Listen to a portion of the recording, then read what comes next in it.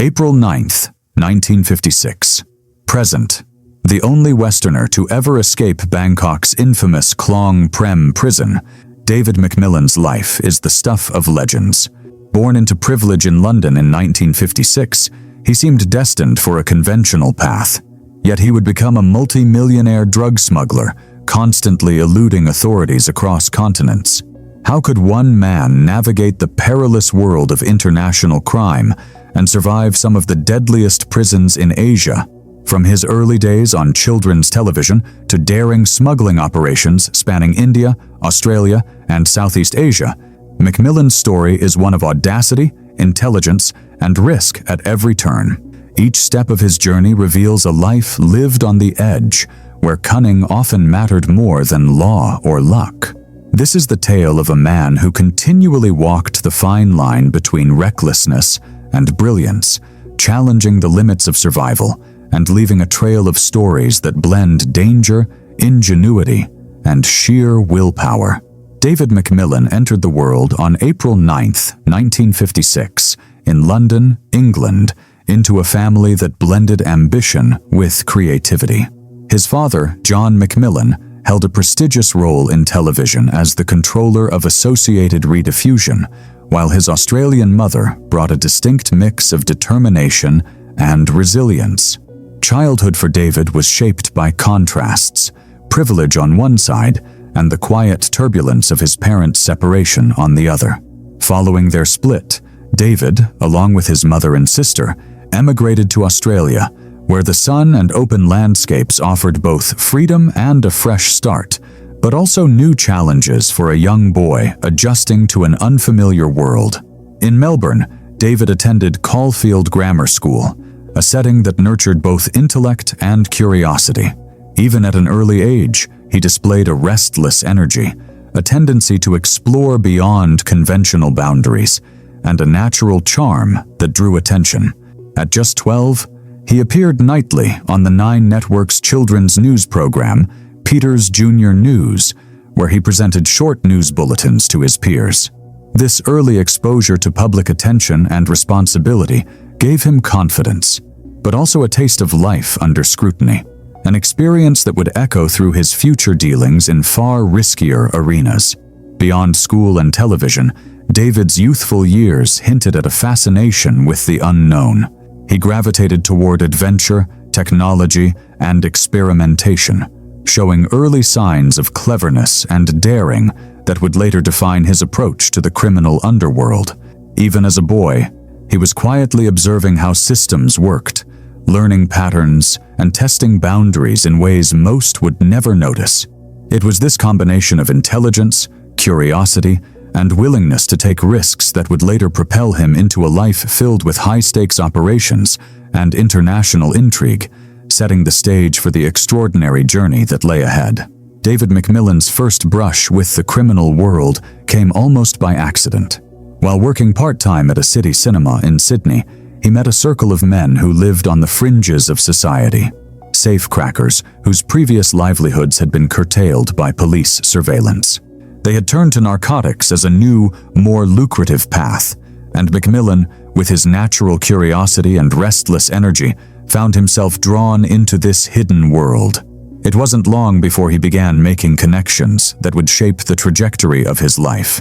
At the same time, McMillan was involved with the Free Marijuana Lobby, a group of activists advocating the legalization of cannabis.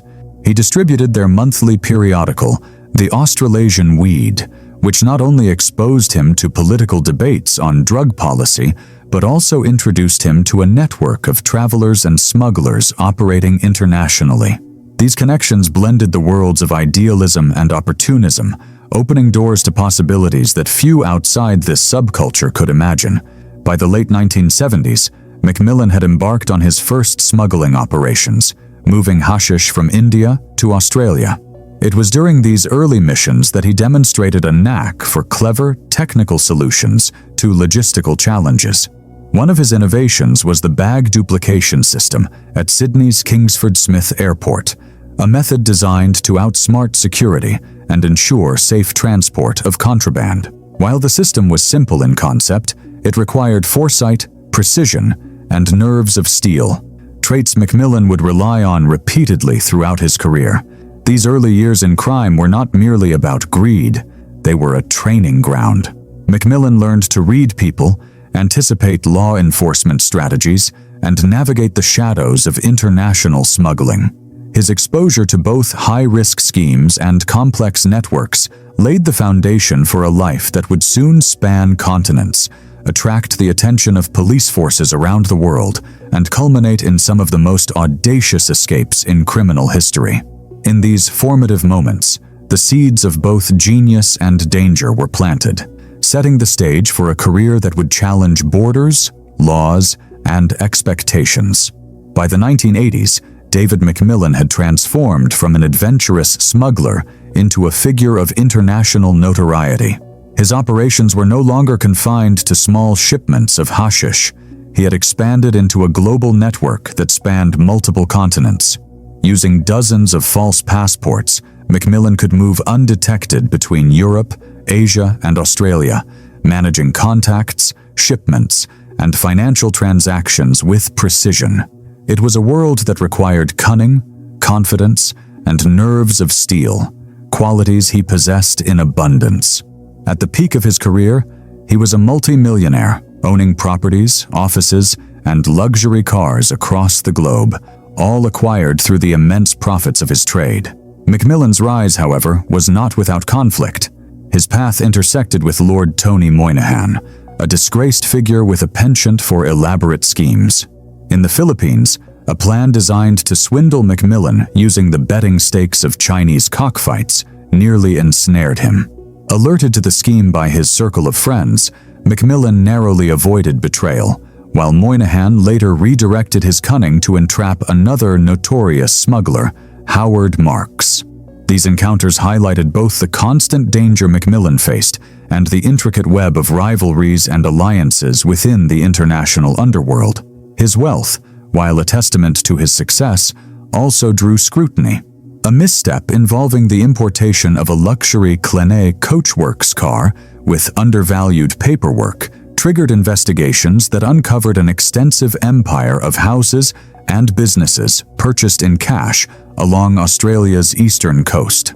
This became one of the first major cases in the country of asset confiscation connected to drug earnings, shining a spotlight on McMillan's financial footprint and signaling that law enforcement was beginning to catch up to his operations. Despite the growing attention, McMillan continued to operate with a mixture of audacity and careful planning. He kept meticulous records, maintained a network of reliable partners, and ensured that his movements were always calculated. Every shipment, meeting, and transaction was orchestrated to maximize gain while minimizing exposure. His life during this period was a high-wire act, lavish wealth and international influence on one side, the constant risk of arrest and betrayal on the other. This chapter of McMillan's life demonstrates how far a combination of intelligence, daring, and adaptability can take someone, even when operating outside the law. It also foreshadows the trials and dangers that would come with eventual arrests, international attention, and the imprisonment that awaited him. How does a man so skilled at evading capture finally confront the consequences of his empire? The next chapters of his story would answer that, in ways more perilous and dramatic than anyone could have predicted. David McMillan's life of high-stakes adventure came to a sudden and dramatic pause on January 5, 1982. After years of building a sprawling international smuggling empire, McMillan and his business partner, Michael Sullivan, were arrested in Australia as part of Operation Aries, a major joint operation by Victoria Police and the Federal Police, costing over $2 million Australian dollars. Alongside them were partners Clelia Teresa Vigano and Mary Escolar Castillo, facing charges of conspiracy to import heroin. The investigation revealed an intricate web of false identities, hidden assets, and global operations that the authorities were determined to dismantle. The trial that followed was both complex and sensational. McMillan stood accused of traveling under 30 false passports, maintaining safe houses in London, Brussels, and Bangkok, and orchestrating a daring but ultimately foiled helicopter escape from Melbourne's high-security Pentridge prison. Even the prosecution's case highlighted the audacity of his operations and the cleverness with which he had evaded capture for so long. With a 6-month trial involving 116 witnesses, it was a tense courtroom drama where alliances, betrayals, and legal maneuvering were on full display. Tragically, 2 of his female co-defendants, Clelia Vigano and Mary Castillo, perished in a fire at HM Prison Fairleigh shortly after the arrests, leaving a chilling mark on the case and underscoring the human cost behind the headlines. Despite the severity of the charges and the extraordinary circumstances of the trial, McMillan's resilience shone through. He was acquitted on 11 of 12 counts, yet convicted on a single count that carried a 17-year sentence. Throughout his imprisonment, McMillan demonstrated the same ingenuity that had defined his smuggling career. His calculated approach to survival, his understanding of prison dynamics, and his ability to navigate both allies and adversaries enabled him to endure the years ahead. Finally, in 1993, after over a decade behind bars, he was released on parole. While the world may have expected him to fade into obscurity, McMillan's story was far from over. The international underworld, legal entanglements, and dangerous adventures in far-flung countries awaited him, proving that his capacity for audacity and escape had only just begun. David McMillan's story took a perilous turn when, after serving time in Australia, he set his sights on Southeast Asia. Traveling under the alias Daniel Westlake, McMillan arrived in Thailand, a country that would soon become the backdrop for one of the most audacious prison escapes in modern history. His freedom was short-lived. Soon after entering Bangkok, authorities arrested him in the city's bustling Chinatown, charging him with heroin trafficking. He was held in Klong Prem Central Prison, infamously nicknamed the Bangkok Hilton, a maximum security facility notorious for its harsh treatment of inmates. For McMillan, the threat of the death penalty was immediate, a grim shadow hanging over every decision he made. Despite the grim reputation of Klong Prem, McMillan's financial acumen allowed him privileges rare for prisoners. He secured his own chef and attendants, enjoyed supermarket-quality meals, and even maintained his own office, television, and radio. But comfort was not safety. The prison's walls were a cage, each day reminding him that escape was a gamble against life itself. While others endured fear, McMillan quietly began to plot a daring exit, studying routines, exploiting weaknesses, and keeping a precise mental map of the prison's layout. In August 1996, McMillan's plan came to fruition. Armed with hacksaws hidden over months, he cut through cell bars, scaled 7 inner walls, and finally mounted the outer wall using a bamboo pole ladder. Each movement was calculated, every risk weighed, as he moved under the cover of night. His most unassuming tool, an ordinary umbrella, became a vital part of the escape, a seemingly trivial object that allowed him to blend into the city streets as he walked away from the world's deadliest confinement. Within 4 hours, McMillan had boarded a plane to Singapore using a false passport, narrowly evading pursuing authorities. He later described the moment the aircraft door sealed behind him as the most exhilarating sound in the world, a victorious punctuation after years of danger and imprisonment. McMillan's escape was more than a personal triumph. It was a statement of ingenuity, courage, and the relentless drive to survive. Even as authorities in Thailand and beyond sought to capture him, he had rewritten the rules of possibility, proving that audacity, planning, and nerves of steel could overcome even the most formidable obstacles. How could one man navigate the deadliest prisons in Asia and live to tell the tale? For David McMillan, the answer lay not in luck alone, but in precision, daring, and the refusal to surrender to the impossible. David McMillan's flight from Thailand did not mark the end of danger. It was only the beginning of a new, high-stakes chapter. He arrived in Pakistan, a country where alliances and loyalties could mean the difference between life and death. Under the protection of Mir Nur Jahan Magsi, a powerful local figure, McMillan carved out a space for himself in Karachi and Lahore, blending into a world where trust was scarce and betrayal could be fatal. His operations extended far beyond Pakistan's borders, channeling narcotics into Scandinavia, a network built on cunning, careful planning, and knowledge of international routes. Every shipment carried immense risk, and every move required precision. Despite his expertise, law enforcement eventually caught up with him. McMillan faced arrests in both Lahore and Karachi, enduring trials that tested his nerves and wits. He navigated the legal labyrinth with careful calculation, ultimately securing acquittals that would have humbled a lesser man. Yet, prison life in Pakistan offered lessons beyond the courtroom. McMillan observed the strict class divisions among inmates, where survival depended as much on reputation and alliances as on brute strength. He learned to maneuver through a hierarchy of influence, using charm, intellect, and patience to stay one step ahead of danger. Even on the run, McMillan never lost sight of the bigger picture. Each risk, each calculated move, revealed the subtle artistry of his criminal life, a blend of audacity, strategy, and instinct honed over years of navigating some of the most treacherous corners of the globe.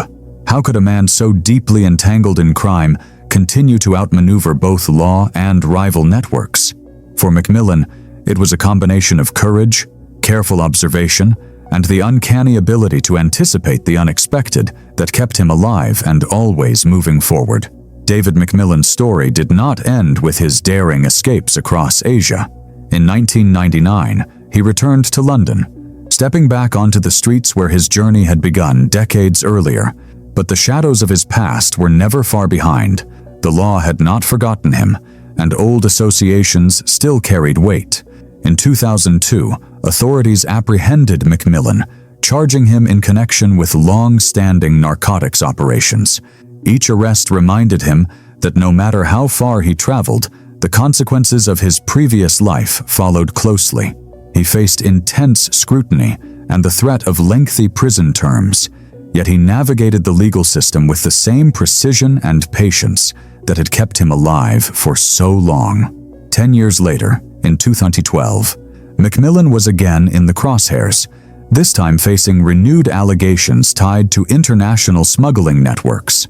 The charges were complex, spanning multiple jurisdictions and requiring exhaustive evidence.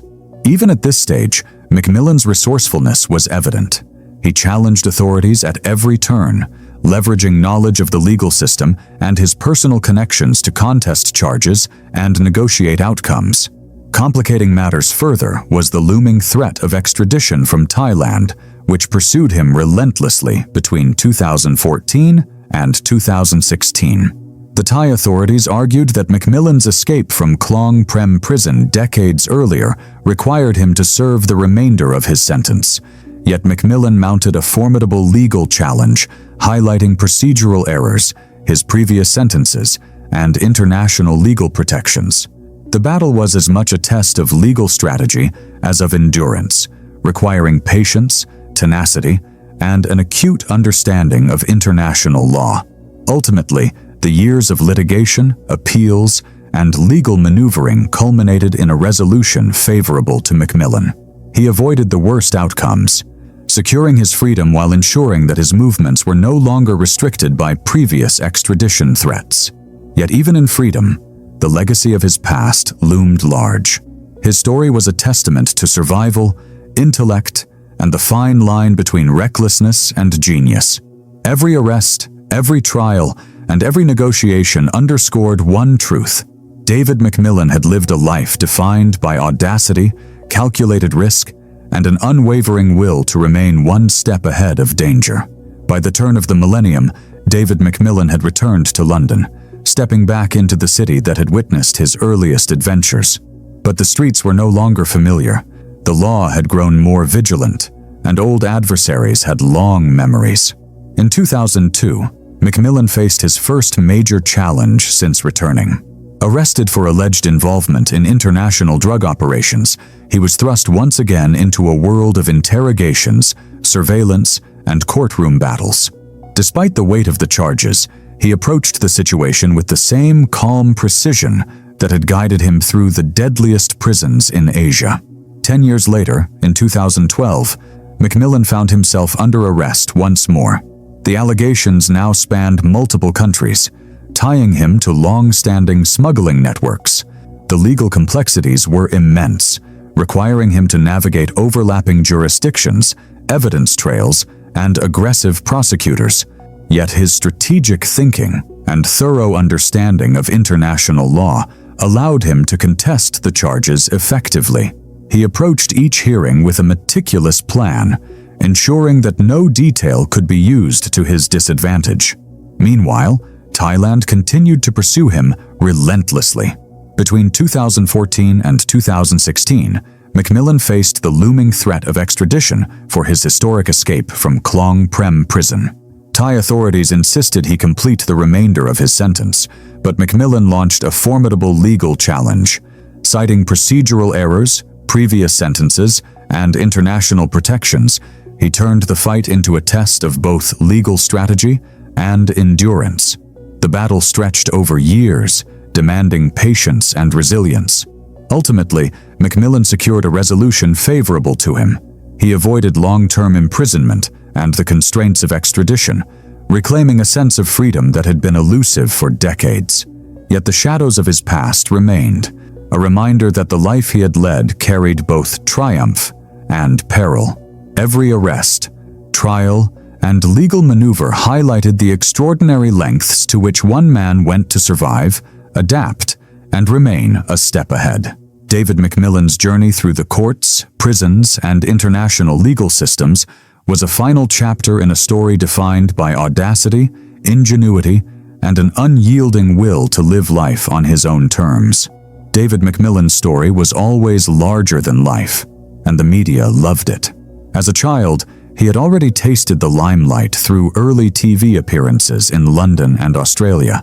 Those moments offered a glimpse of a charismatic boy who could charm audiences, a skill that would later serve him in far more dangerous arenas. McMillan's media presence never faded. Even as an adult navigating the treacherous world of international smuggling and prison escapes, he maintained a quiet fascination for journalists and documentary makers. Interviews, articles, and profiles followed him across continents, each recounting not just his criminal exploits, but the audacity and ingenuity behind them. People were captivated by the man who had outrun death and law with the precision of a strategist and the nerve of an adventurer. McMillan eventually decided to take control of his own narrative. His autobiographies, Escape, McVillain, and Unforgiving Destiny, offer first-hand accounts of a life few could imagine.